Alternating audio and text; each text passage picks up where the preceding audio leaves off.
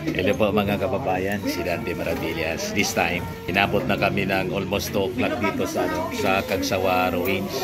Kaya dito na po kami manananghalian sa Coco's Food Garden. Ayan po. Sinigang na baboy, Bicol Express, laing, may sitaw po. Ayan o. Sarap na sarap sila mga kababayan. Tapos may tinola dito.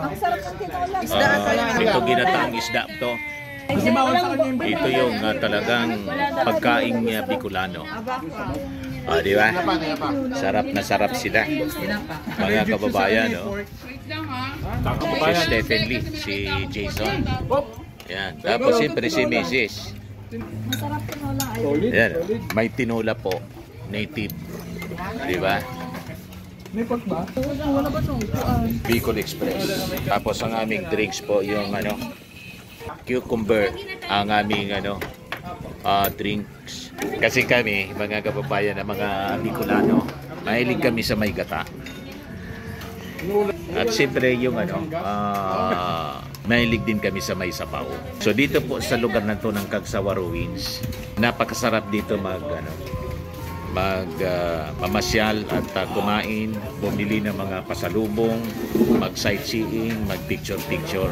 This is very historic, very historic place kung saan ito pong Cagsawa Ruins, na-destroy po ito 1814 dahil po sa napakalakas na eruption ng Mayon Volcano. Makikita ninyo yung bell tower. Ayan yun ang mga tao dun Tapos ditong side na to yung mga kainan, Coco's Food Garden po kami kumain. Napakalinis po dito. Di ba? Yan ang paligid po. May napakagandang music na nagpi-play. Di ba? Mga kababayan. Ayan si Kuya. Personal driver. Mga kababayan.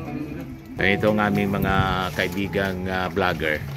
Siya kasi po, may-ari siya ng gym. Saka kasama na sa negosyo niya yung ka-rental. Kaya siya na rin nagda-drive. Hands-on talaga si Kuya. Kita ninyo? Yan ang hanap buhay niya. Business owner siya. Ka-rental, bills payment, yung in-advertise ko po sa programa. Tapos yung gym, ang major niyang negosyo, yung gym. Colossal Fitness Gym. Importante kasi mga kababayan, sa pag ikaw ay nagnegosyo, importante po na tawag dito, hands-on ka. Di ba? Kaya yung mga gusto po na mamasyal dito, pwede kayo po na magpag-book kay Kuya. Pati yung mga nagta-travel kung saan-saan. May booking office din po kami. Just message us. Message kayo sa akin. Pagkatapos papasa ko kayo kay Kuya. Di ba? So, kain muna tayo, mga kababayan. Mukbang. Sabaw muna.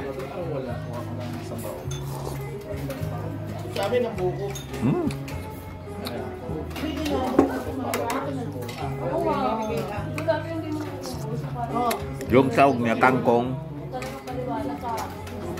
native kangkong. Sarap. Di ba?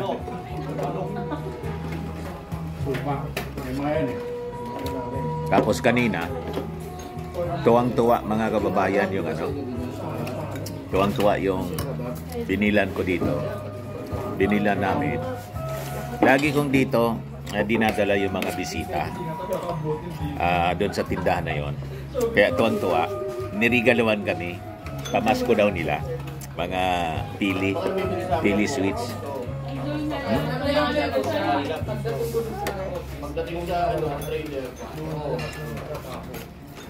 Di ba? Nagpa-party-party kami mga kababayan kasi November 19 pero ang presidente si PBBM pa rin. Kaya tuwang-tuwa kami. Nagbarong na si nakita po natin yung picture ni Paborito ng Tagay. Nagsuot na po ng barong, yun nga lang. Napurnada. Kasi Napurnada. ang presidente sa palasyo, pag sinilid ko yun, sigurado, bibenta. Alright. Relax mo. Nag-ready na sana, mga kababayan na, no? Take, ay, natumba. Nag-ready na sana na mag-take out. Mag-sumpa, yung kasumpa-sumpa na magbarkada. Si Sara at saka si Amy Marcos. Napurnada. Kaya kami dito, party-party kami, mga kababayan.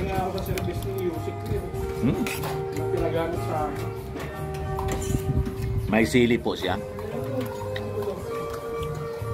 Napakasarap.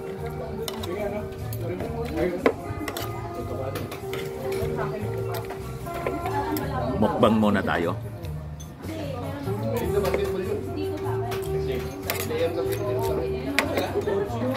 Yan, kinakain natin. Yan si Kuya. Paano ka pa, ano niya? Di ba? Bawal din na. Tapos yung ano, kuha pala ako ng sitaw. Ito, sitaw po. Sarap. Hindi magas ah.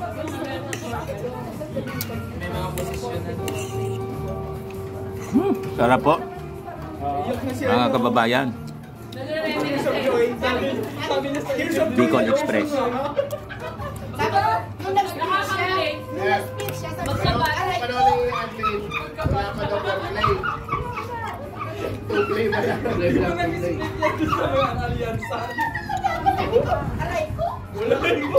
Walang foreplay.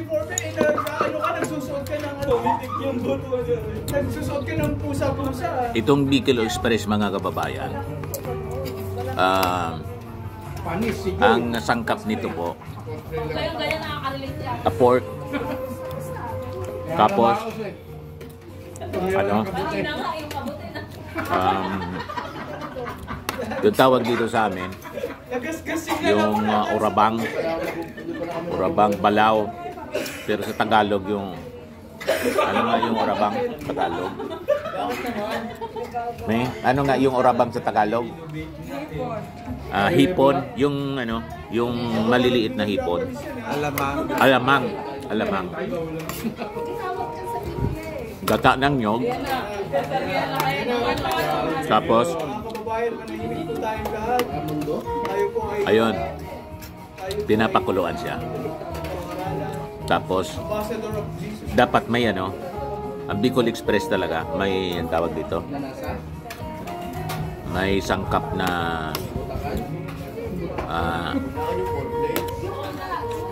dapat laging may ano, may lada, may malalaking, ano ba yung lada?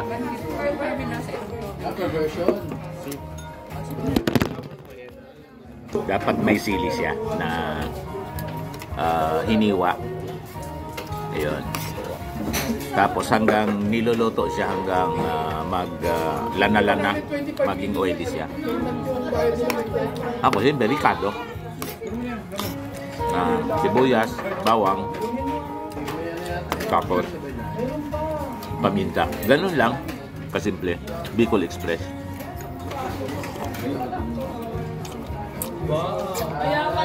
Yung laing ganun din. Laging may sili. Sa gata din po. So, kailangan pupunitin mo yung daon ng laing. Mas masarap yung maliliit lang. Maliliit yung pakapunit niya. At yung laing pwedeng fresh taro leaves or laing. Pwede yung pinatuyo na muna ng ilang araw. Binibilat. So, depende sa inyo. Tapos mga tatlong nyog, grated coconut. Tapos pipigain mo yon, gata. Tapos may kasama siyang pagluto. Kasamang tawag dito,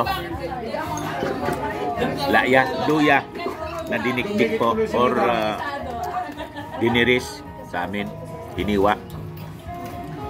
Nakakapadagdag ng lasa po yon sa gulay na laing. Ganun lang, gulayin sa kawali. Ganun lang kasimple po. Tapos may lada, may sili palagi. Madali ang pagluto po. At masarap pong bangot. Ano nga yung bangot? Sahog. Masarap na sahog po sa laing. Karning baboy na hiniwa ng maliliit. Pwede ding lagyan mo ng lagyan mo ng hipon, konting hipon or alamang, pampalasa po. Yun.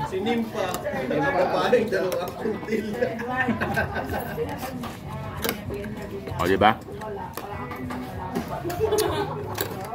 O ngayon, may isira ko sa inyo balita, latest.